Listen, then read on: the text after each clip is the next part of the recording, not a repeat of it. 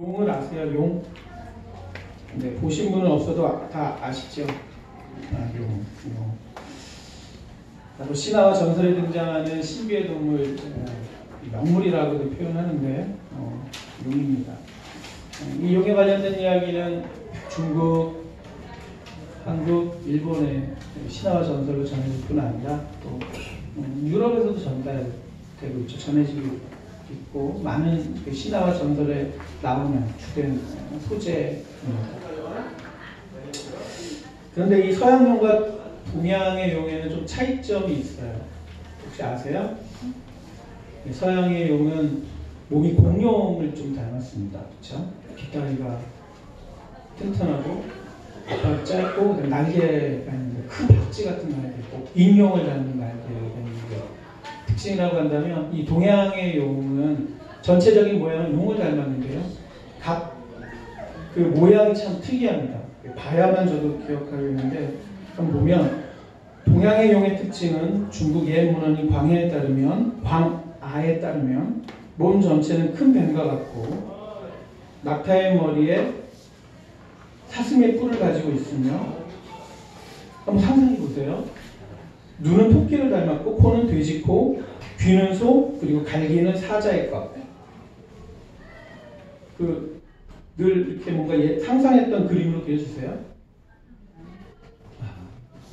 아니지, 이상하죠? 발톱은 매, 그 다음에 주먹은 이렇게 손 모양인 것 같아요. 주먹은 호랑이, 그리고 비늘은 잉어의 것으로 이루어졌다고 기록하고 있습니다.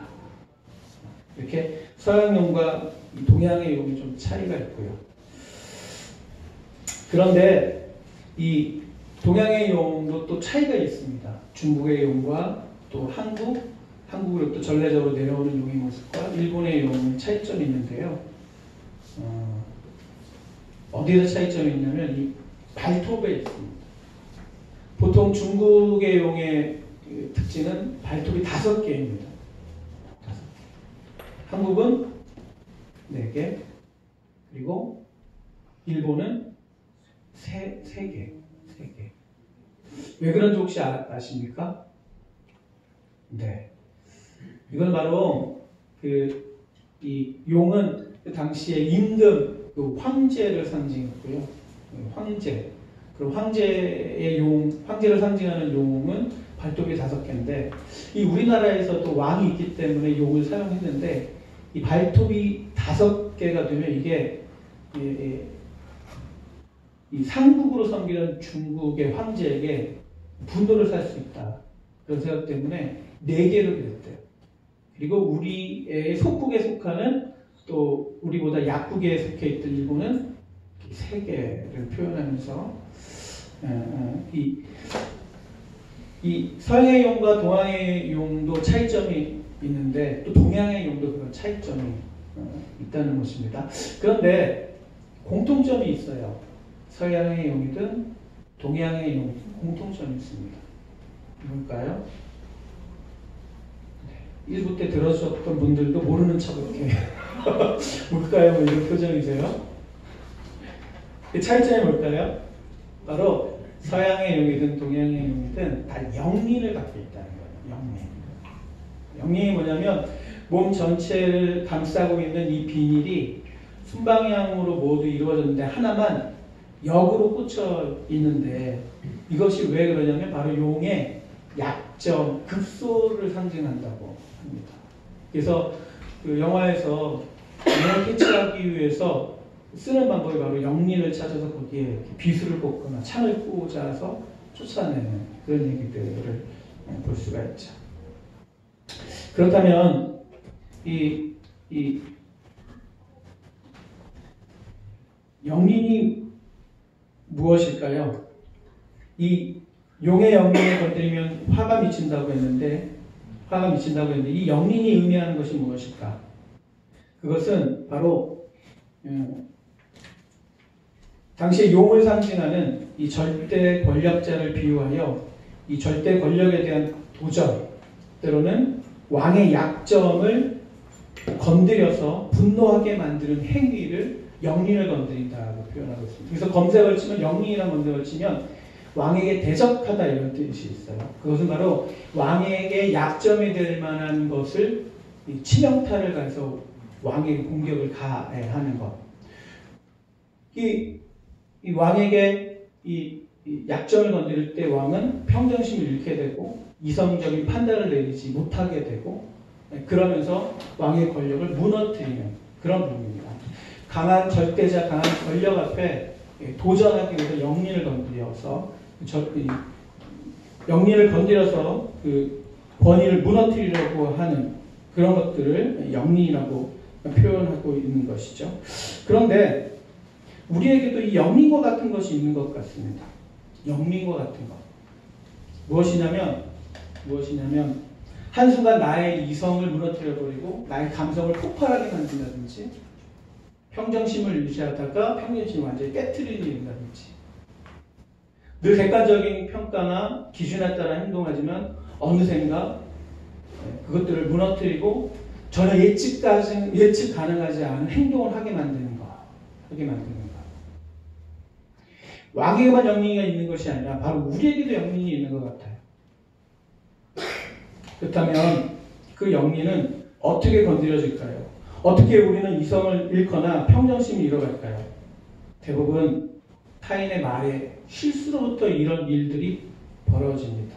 말에. 저도 한번 생각해 보았습니다. 저에게 영린 같은 게 있나? 뭐 제가 용도 아니고 왕도 아니지만 저의 이성을 한순간에 무너뜨리는 이야기들 살펴보니까 좀 있더라고요. 어제도 설교를 준비하다가 한번 영린이 건드려진 것 같은 현상 속에 급히 안 해요 하고 막 화해하고 막 미안하고 잘못했다고 막 했는데 저에게 영린은 이런 말입니다. 왜 당신은 그거를 기억 못하는 거지? 너무 제가 드라마 버전으로 해야 되는데 잘못했죠? 왜 당신은 그걸 기억 못해? 뭐 이런 거.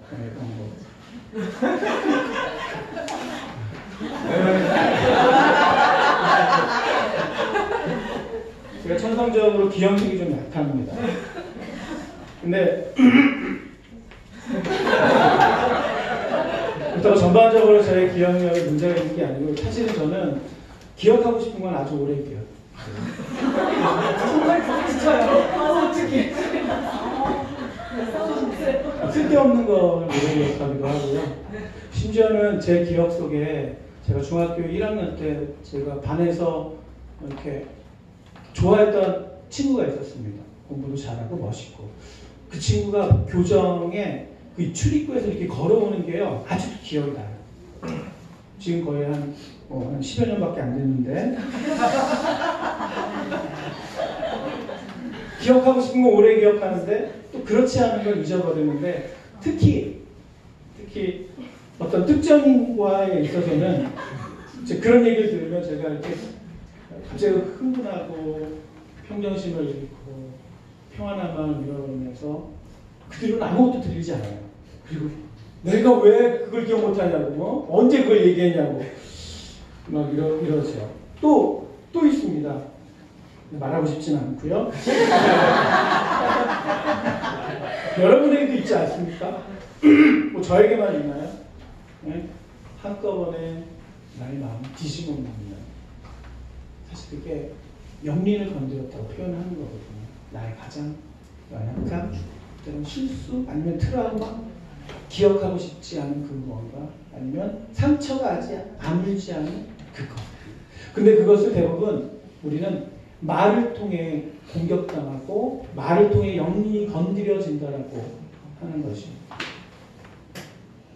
그것이 건드려졌을 때 관계가 깨어지죠. 오해가 일어나죠.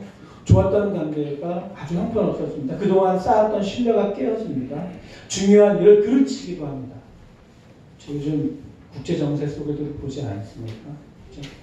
네. 다행히도 며칠 전에는 그렇게 말싸움 하다가 등을 돌릴 것 같다가 또 어젯밤에 또 극적으로 또 화해의 또 흐름이 있는 거 보면 참 말이 참 중요한 것 같아요. 그래서 오늘 잠언도 그 말의 가치와 영향력 또 파급 효과에 대해 중요함을 알았기 때문에 기록하고 있고요. 사실 이 잠언은요, 솔로몬의 잠언이라고 하지만 이 편찬된 시기는 그 이후에 히스기야 왕 때 편찬됐거든요. 왕이 나라의 다음을 위해서 자기의 학자들과 함께 이 선대 왕의 이야기들, 지혜의 글들을 모은 거예요. 그냥 취미 삼아서 모았겠어요? 국책 사업이었거든요. 사실. 중요한 일이라고 하는 것입니다.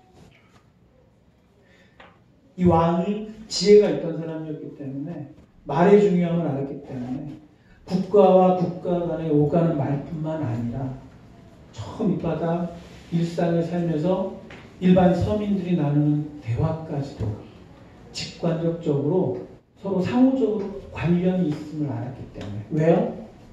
그렇게 말을 건네는 아들과 자녀들이 성장해서 다음 세대를 이어가거든요. 그런 중요함 때문에 이 후대의 히스기야 왕은 이 글을 읽을 수 있도록 우리에게 전달해주고 있는 것입니다. 고인이 되신 우리 김수환 추구형께서 평상시에 자기 책상에 앞에 두고 자기를 돌아봤던 글귀가 있다고 합니다. 잠깐 제가 한번 읽어보겠습니다. 부주의한 말 한마디가 싸움의 불씨가 되고 잔인한 말 한마디가 삶을 파괴합니다. 쓰디쓴 말 한마디가 증오의 씨를 뿌리고 은혜스러운 말 한마디가 길을 평탄케 하고 즐거운 말 한마디가 하루를 빛나게 합니다. 때에 맞는 말 한마디가 긴장을 풀어주고 사랑의 말 한마디가 축복을 줍니다. 아멘하고 싶으시죠? 그렇습니다, 여러분. 성경에 말씀하고 있는 것처럼 은쟁반 위에 금사과 같은 말이 사실 우리의 영혼의 회복에 기여하고 갈등과 반복으로 등을 돌리고 있는 심지어 국가 간의 관계도 다리를 놓고 서로 사람들이 오고 가며 평화를 끼칩니다. 그것이 말을 통해 이루어집니다. 우리는 영린이라고 하는 비유를 통해 두 가지 방향으로 우리의 말하는 일상의 삶을 돌아볼 수가 있습니다. 하나는 내가 타인에게 건드리는 말, 타인의 영린을 건드리는 말에 어떤 문제점들이 있는가. 또 한 가지는 타인이 건네는 말을 통해 나는 어느 영역과 어떤 부분과 어떤 단어에서 급히 이성과 평정심을 잃어가는가. 이 두 가지의 숙제가 우리 앞에 놓여 있습니다. 그렇다면 우리는 이 두 가지의 이 문제와 과제 앞에 앞으로 어떻게 해야 될까요? 다음 시간에 하도록 하겠습니다. 또 발표가 있어서요. 그러나 분명한 건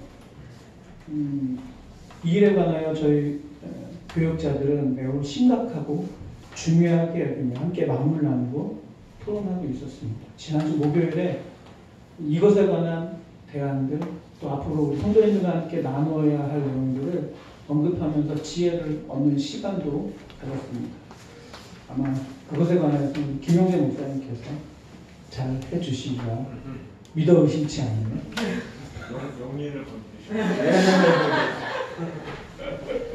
죄송합니다.